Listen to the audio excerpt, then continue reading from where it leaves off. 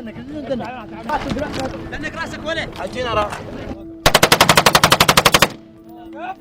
need our help and Iraq کی رضاکار force الحشد الشعبی نے شمالی عراق میں واقع کرکوک کے آزاد شدہ علاقوں میں داعش کے مارٹر حملوں میں کمی آنے کی خبر دی ہے۔ عراق کی رضاکار فورس الحشد الشعبی کے شمالی محاذ کے شعبہ تعلقات عامہ کے سربراہ علی الحسینی نے ایک انٹرویو میں کہا ہے کہ کرکوک کے آزاد شدہ علاقوں میں داعش کے مارٹر حملوں کا مسئلہ ایک پیچیدہ مسئلہ تھا اور یہ عام شہریوں کے ہلاک اور زخمی ہونے نیز اس علاقے کے لوگوں میں خوف و دہشت کا باعث تھا،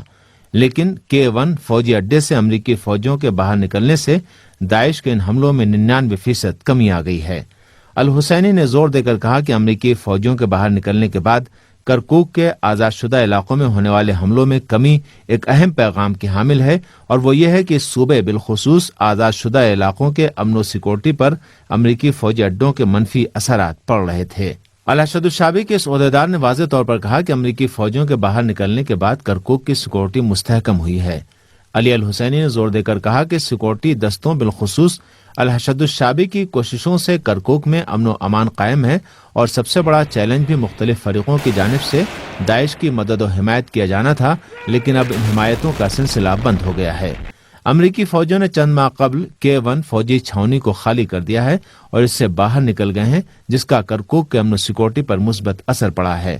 دوسری جانب عراق کے الفتح دھڑے کے رہنما محمد البلداوی نے کہا ہے کہ امریکی فوجی اگر عراقی حکومت کی درخواست پر بھی آئے ہوں تو بھی پارلیمنٹ میں ان کے باہر نکلنے کے سلسلے میں پاس ہونے والے بل نے ان کی موجودگی کا جواز ختم کر دیا ہے۔ البلداوی نے کہا کہ امریکہ عراق کو جنگ و خونریزی اور ایک دوسرے کے خلاف انتقامی کارروائیوں کا میدان بنانا چاہتا ہے، اور عراق میں اپنی فوجی موجودگی برقرار رکھ کر علاقے میں کشیدگی پیدا کرنے کی کوشش میں ہے۔ عراق کے الفتح دھڑے کے رہنما البلداوی نے کہا کہ عراق امریکہ کو ہرگز اس بات کی اجازت نہیں دے گا کہ وہ عراقی سرزمین کو جنگ و تصادم کا میدان بنائے۔ دہشت گرد امریکی فوجی 2003 سے عراق میں تعینات ہیں۔ عراقی پارلیمنٹ نے 1 سال قبل ایک بل منظور کر کے اس ملک سے تمام امریکی فوجیوں کو باہر نکالنے کا راستہ ہموار کر دیا ہے۔ عراقی حکام اور عوام بھی مختلف مواقع پر پارلیمنٹ کے بل پر عمل درآمد کے تناظر میں اپنے ملک سے امریکی فوجیوں کے باہر نکلنے پر زور دیتے رہے ہیں۔